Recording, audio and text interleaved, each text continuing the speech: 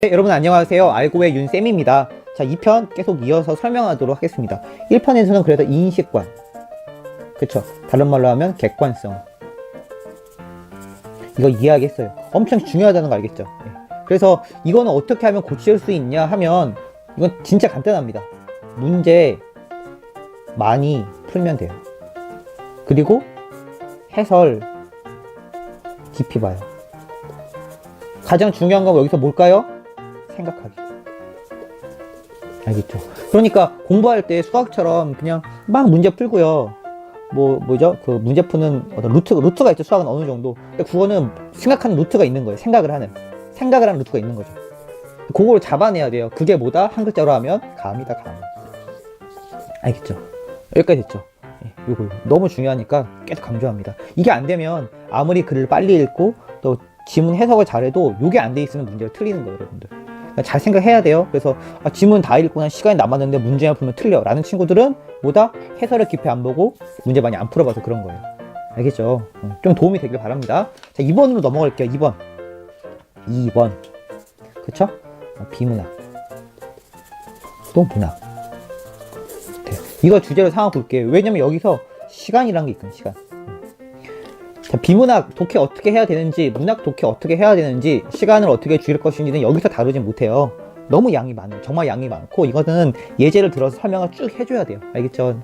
나중에 해줄 거예요. 그런데 문제는 글을 읽는 방법이 다르다는 건 알려줄 거예요. 지금부터 잘 들어봐요.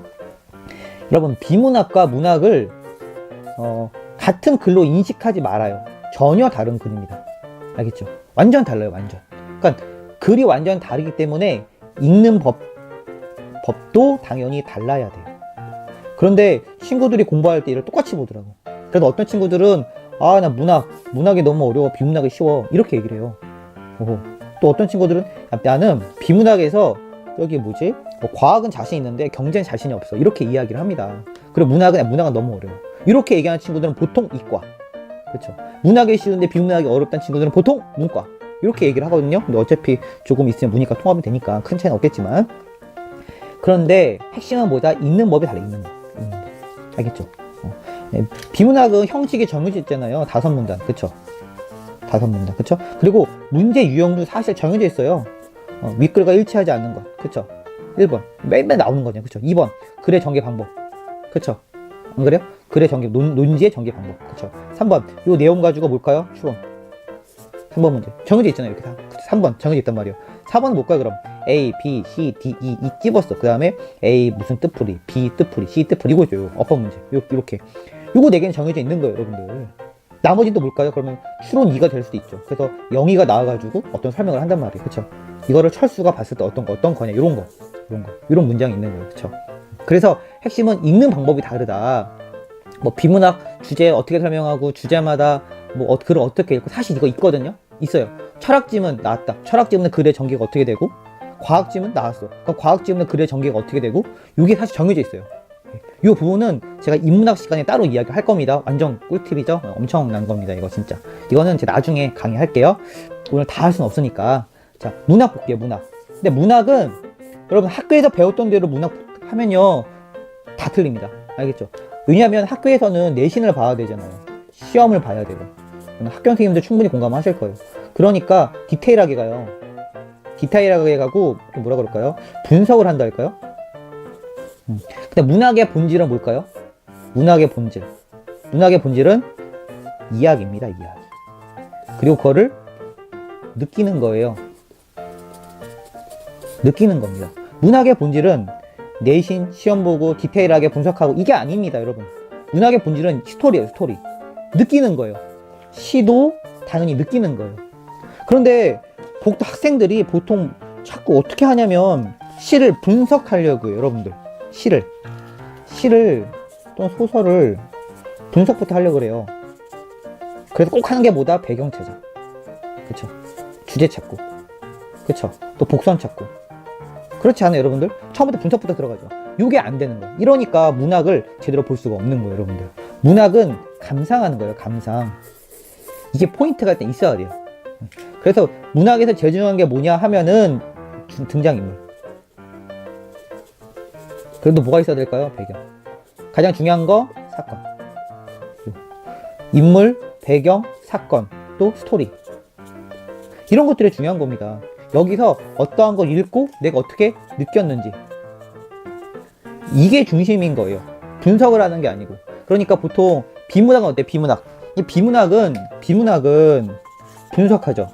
분석해도 돼요, 이건. 근데 문학은 분석하는 게 아니에요. 분석을 하면 오히려 문학이 훨씬 더 어려워지게 돼요, 여러분들. 알겠죠? 정말 이거 너무너무 하고 싶었던 말이거든요. 알겠죠? 그래서 문학은 절대 분석하지 말아요. 느끼는 거예요. 그럼 문제는 어떻게 풀어요? 충분히 느낀 다음에, 집중해서 느낀 다음에, 그 다음에 뭐죠? 이렇게 바로 문제에 대입하면요, 문제가 어려우냐 알아서 분석을 해줘요, 여러분들. 자, 이게 무슨 말인지 모르겠죠? 요거는 뭐 예를 하나 들어볼게요. 쉬우니까. 여기 뭐 아무거나 할까요? 보세요. 뭐 여러 가지가 있어요. 아, 이건 시인데 시 대충 볼까요? 시? 그럼 펴진 거니까 그냥. 나 봐요. 뭐 덕이랑 곰배에 받잡고 복이랑 뭐 림배에 받잡고 막 있지 않아요? 이렇게 그 있단 말이에요. 그냥 이거 읽으세요, 그냥. 근데 어떻게? 자세히 상황을 파악하면서. 뭐를요? 상황을 파악하면서 읽으세요. 이거를 괜히 분석하고 똑같은 거 반복됐네, 무슨 법이네, 무슨 법, 이렇게 할 필요 없어요, 여러분들. 알겠죠? 여기에 대해서 보세요. 27번에 보면 가를 참고하여 A, 나, 다를 감상한 것으로 적절하지 않은 것을. 그쵸? 기억, 디귿을 바탕으로 나, 다를 나, 다를 설명한 내용으로 가장 적절하지 않은 것을 하면서 여기서 설명이 돼 있어요. 그쵸? 설명돼 있죠. 나의, 아의 동동다리는 기억의 예로 볼 수 있다. 없다. 나의 서사에서 아의 동동다리를 제외한 나머지 부분은 기억의 예로 볼 수 있으나 디귿은 예로 볼 수 없다. 이렇게 여기에 문법 구조가 여기 설명이 돼 있어요, 이미. 근데 그것을 이거 볼 때부터 우리가 분석을 하면서 하는 건 아니라는 거죠. 이러면 정말 중요한 감상 부분과 배경, 스토리 라인을 다 놓치게 돼요, 여러분들. 알겠죠? 그래서 진짜 너무 중요한 건데, 문학과 비문학은 같은 글이지만 읽는 방법이 전혀 다르다라는 겁니다. 여기까지 됐죠? 여기까지. 일단 포인트만 잡았어요, 포인트만. 됐죠? 이게 돼야 성적을 올릴 수가 있어요, 기본적으로. 성적이 올리는 거 중심으로 간다 했죠? 자, 3번.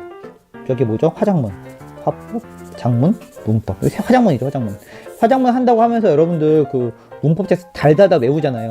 뭐, 그쵸? 바다, 가자, 마누라야, 빠따, 까따. 이거 한단 말이에요, 이거. 그쵸? 요거 문법 하는데 그렇게 큰 도움 안 됩니다. 물론 도움은 될 수 있겠죠. 그런데 이렇게 해버리면 우리가 외울 문법이 어마어마해져요. 알겠죠? 진짜예요. 국어 문법이 얼마나 많은데요. 엄청납니다. 우리나라 단어가 2만 단어라니까, 여러분들. 2만 단어? 그 문법이 엄청나겠죠. 그런데 문법 맞추려고 모든 걸 다 공부할 수는 없어요, 여러분들. 그럼 어떻게 해요? 어떻게 하면 좋을까요? 3편에 이야기할게요. 알겠죠? 조금만 쉬고. 자, 2편 여기까지였습니다. 안녕!